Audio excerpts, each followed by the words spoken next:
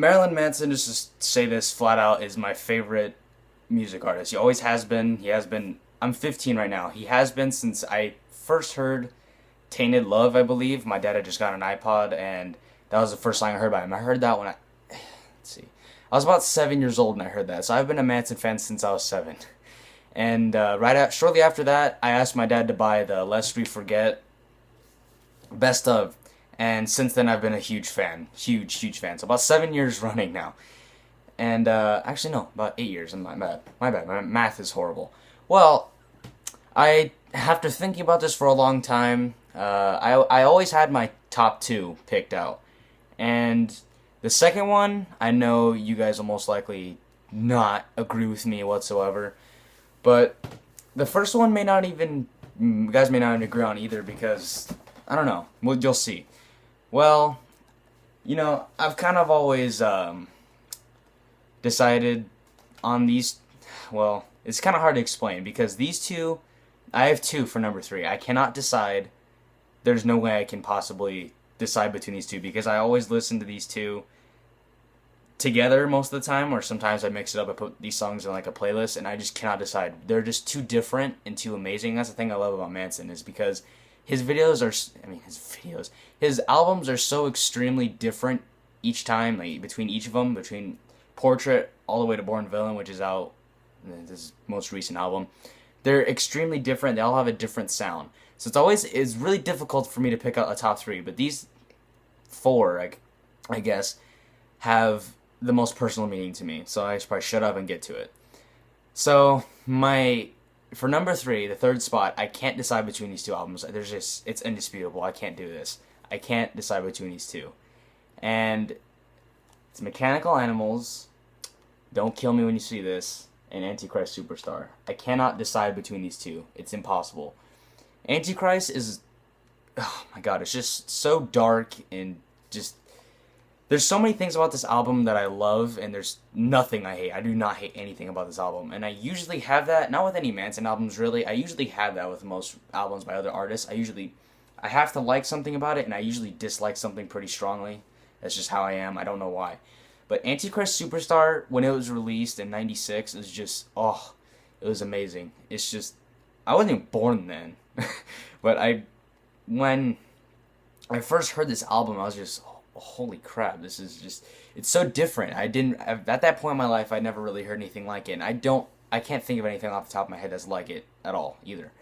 So, just all these tracks, from the first track, which is Irresponsible Hate Anthem, all the way to Man That You Fear, not counting Untitled, because I have the album on iTunes too. And it's just, every song in here I like. Every single one. All of them, they all sound so creepy and just different. It's just amazing. So, yeah, Antichrist Superstar, right there. Now, Mechanical Animals. This was released in '98 after Antichrist Superstar. This is the next album that he made from there. And it blew my mind, because if you were to listen to this and then this, you have no idea these are the same artists. Well, obviously you would, because you can see the covers, and it's the same guy, Marilyn Manson. The same band, I mean. But they just sound so incredibly different. Antichrist Superstar has a more industrial metal and rock thing. The sound, my bad. And Mechanical Animals is very glam rock. It's very Bowie-esque. It has that feel to it. David Bowie, I love David Bowie as well. But that's just the sound behind it. And the music is just so, I love Pogo's keyboard playing on there. It's just, blows my mind every time I hear it. Especially the Last Day on Earth. Like the chorus and the sound to it's just, it's amazing. I don't know what the hell that was, but it's so awesome. So, my favorite track on here is definitely The Last Day on Earth, and I forgot to mention, my favorite track on Antichrist Superstar is Kinderfeld. So amazing. So, The Last Day on Earth is my favorite for this. Like, just listening to that song, sometimes when I first wake up, it's just, oh my god, anytime, really. It has just such a gloomy feel to it, and, it's amazing. So, yeah, that's my number three. And I know I'm going to get quite a bit of flack for this because a lot of people hated this album, and I really do not understand why, but then again, I do at the same time, and I'll get into that in a second. It's the high end of low. This is my number two. And you may You may be surprised at that because it's just so many people hated this album. It's different. I don't like it. It's too soft. It's not Manson. I've heard a lot of different things and bad things about it.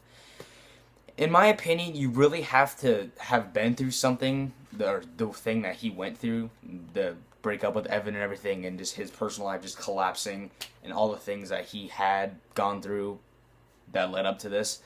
It's just, if you listen to it in a context, like he even said in an interview, the album is a movie. You have to listen to yourself and put yourself as the character in the movie, the main character.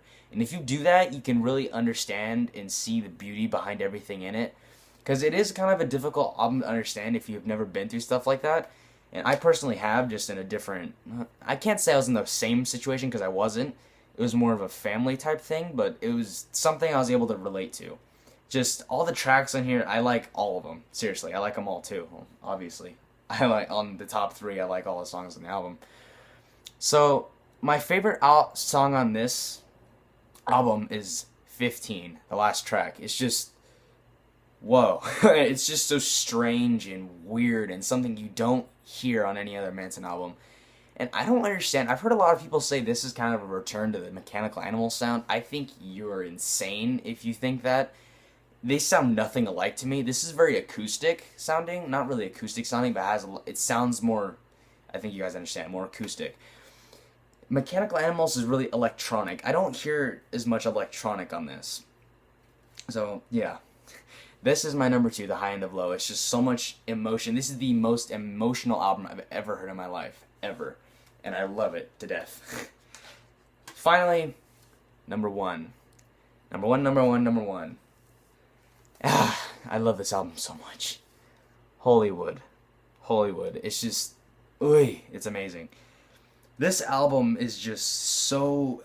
I thought this is, to me, a perfect mix of the electronic sound and the metal sound of the Antichrist Superstar and Mechanical Animals. It's like a perfect combination. I can't talk. Combination of those two albums. Just this record is amazing.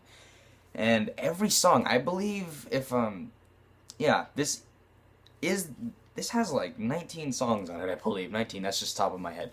This has 19 songs on it. It has the most out of any Manson record there is. It's just, and they're all good.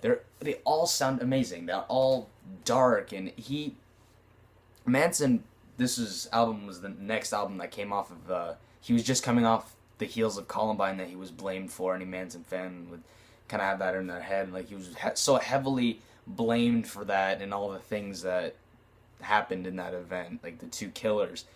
It was said that because of Manson's lyrics, that's what caused everything. So I dismissed that. Alright, so, yeah, this album was him coming off of Columbine and his feelings about it, and he locked himself away, it says. He said in interviews during the album's release, he locked himself away in his house for like 3 months. I believe it was 3 months. He was all alone, and he wrote all the lyrics for it, and it produced a truly beautiful album. And even if you're not a Manson fan, just this album is just so awesome sounding.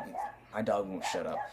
But it's just so amazing sounding, and I love it so much. And my favorite track on here, and for some reason, I don't hear about this track very often, and he played it at live shows during the Guns, God, and Government World Tour.